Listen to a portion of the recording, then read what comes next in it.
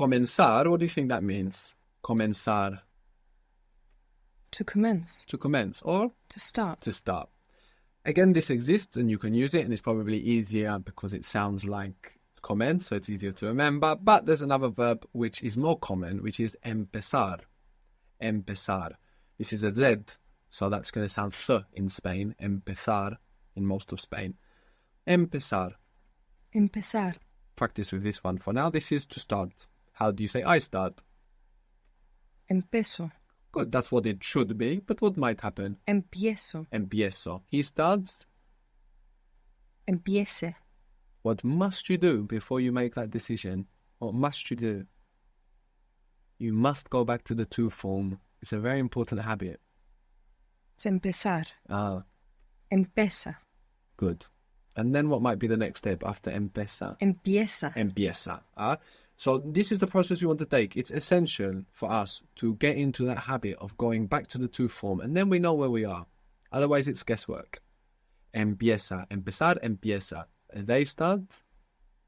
Empiezan. Empiezan. Good. You informal. Empiezas. Good. When are you starting? ¿Cuánto empiezas? Cuando empiezas. Very good. So the E can split to IE. That's something we need to know about the present, and it's something we need to be on top of. Now, it's in the present that this happens because, as we know, one of the fundamental elements of the present tense is to have that accent on the penultimate syllable. So it's having that accent on the penultimate syllable that makes that E vulnerable to splitting. The E might split to IE, or the O might split to UE. We know this already, actually, because we have puedo, and this is a split O. To be able, or to can, of course there is no to can in English, to be able, we say, is poder. Here, actually, you can see closer that connection with power. Before I said that the word is related to the word power in English. El poder, el is the masculine the. We also saw it's the word for he. It's also the word for the for masculine words. El poder is the power. So here it's a noun. It looks like a verb, but if it has the in front of it, we know it's a noun. El poder, the power. Poder, to be able.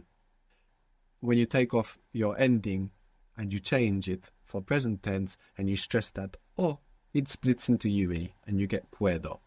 Again, we can see the same phenomenon happening between words in English and Spanish. So, for example, we have the word port in English, but we say Puerto Rico. Puerto Rico means the rich port. Rico means rich or nice or tasty or sweet. So port becomes puerto. We see the O is splitting into UE. We have the word force in English. In Spanish, this is fuerza. We have the word school. In Spanish, this is escuela. We have corp in like corporate, which means body.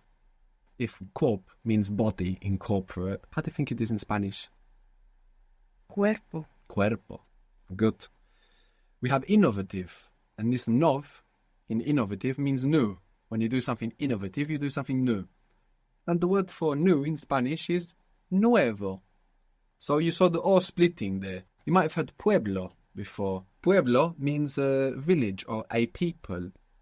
Population in Spanish is one of these exceptions. It's not populación, it's población. Población. You can see the connection between población, and pueblo, which means village or people, a people. You can see the O in pob splitting to UE in pueblo.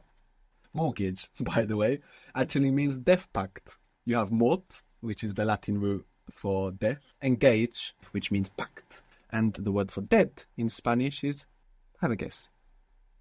Muerto or muerte. Well, actually, here, one, you have the noun, la muerte, is the death. So the noun is the word you put the in front of. At school, they tell you that it's the thing, the object, but this is not an object. We would think of it, we put the in front of it, it's a noun, la muerte. But then the adjective, which is describing, is muerto or muerta, or muertos or muertas. So you can see in those words, between English and Spanish, this phenomenon of this O splitting into UE when it takes the stress. So this is useful for us for present tense. We need to know this for present tense. Because if we have a verb like dormir, for example, that has an O in the root, when we stress it, it might split. What do you think dormir means? Staying still or dormant? Yeah, what does dormant mean? A dormant volcano. It actually means it's a sleeping volcano. Yes. Oh, dormitory. Yes. This is a nice connection to make as well. So dormir means to sleep. How do you say I sleep? Duermo. Duermo. Good.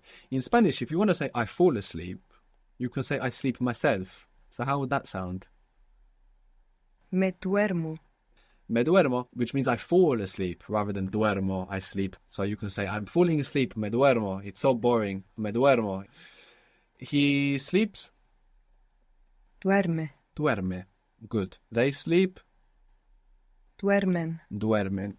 What do you think encontrar means? Encontrar.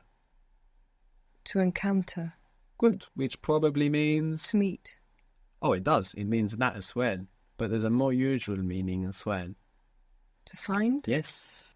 So I'm finding it, or I find it. How would you say that? Lo. Ah. Is it encuentro? Yes, it is. Lo encuentro. Good.